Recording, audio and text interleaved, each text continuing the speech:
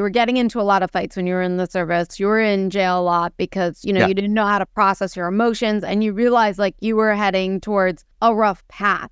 What were some of the biggest lessons that you learned? Well, first of all, when did you realize that you were heading towards a rough path? Did something happen? Because you were in jail more than once. It wasn't like the first time was like, I need to get help. It was like, what spiraled where you were like, I'm heading towards a rough place? And then I'll ask my next question. Yeah, so once we got back from Iraq, after that trip, we lost a bunch of dudes. I want to say it was like, because my platoon lost, 5 guys, and then we had other platoons in the company that were losing guys to IEDs. So within that year, the person that, I was that joined the Army out of, Brooklyn, New York, I was a completely different person just within that span of the year. And I got back, started drinking heavily, started fighting, because it was one of those things, like the guys that made it back with us, with me, it was like we were, close, because we've experienced so much stuff within that year, where we got back to the United States and we were in a college town. K-State was right there. So we would go down downtown and party and do all this stuff. And it's like my little group of guys could do no wrong. If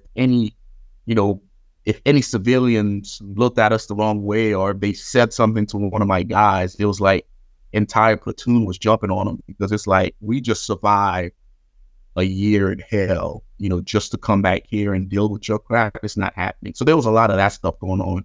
And it wasn't just my unit, right? The entire 1st Infantry Division, like we were all like that. So we were raising hell across Aggieville like nobody's business. And for me, my buddy got into a fight, and, the cops show up and they went to arrest him, and not thinking about, anything, not thinking that, hey, this is America, there's rule of law. You can't really put your hands on a cop. All I saw was, oh, that's my buddy. We survived war together. Like, who is this dude to try to put him in handcuffs, right? So I grabbed the cop, threw him, and then I got locked up. But when it hit for me was, oh, this is a felony, because, I put my hands on a cop. That's technically a felony, or they can trial me and hit me with a, I think it was, I can't remember which class it was, but it was either way. If I got hit with a felony, I can't carry guns in the military, and the military would have no use for me, and they'll kick me out. So that's when it hit for me. It was like, holy crap, my mom and dad made it through all this shit to get out of Haiti. They went through all the legal battles to become, citizens, and they've given me a chance, and I'm about to throw it all away. All right. So for me, it was just the fear of letting my family down after everything that they've done to get me to the point where I was at. And I was like, I need to get it together, or else I'm going to be a nobody. I'm going to go back to New York. I won't be able to become a cop because of, the dishonorable discharge that I'm going to get from the military. And I can't stay in school. So what am I going to do with my life? Right. So that was the moment where it all switched for me.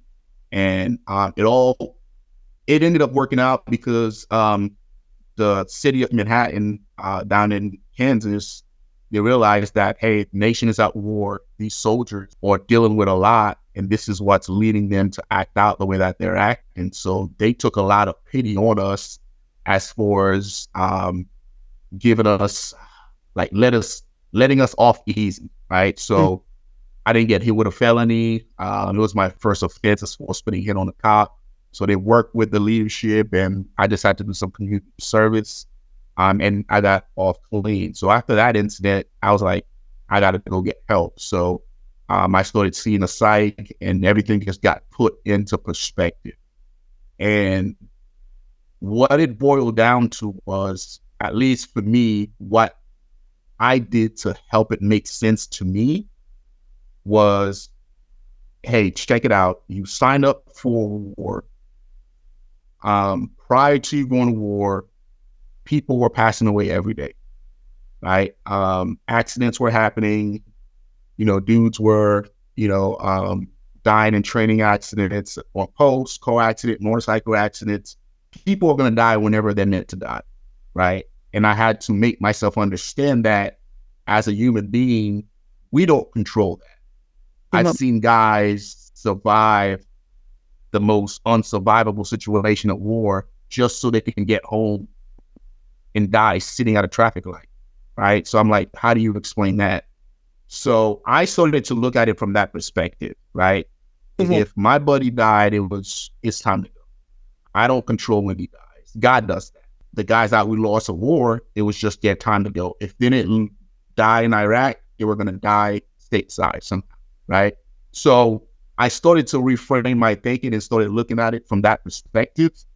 And that really helped me with the rest of my career and just how I looked at life in general.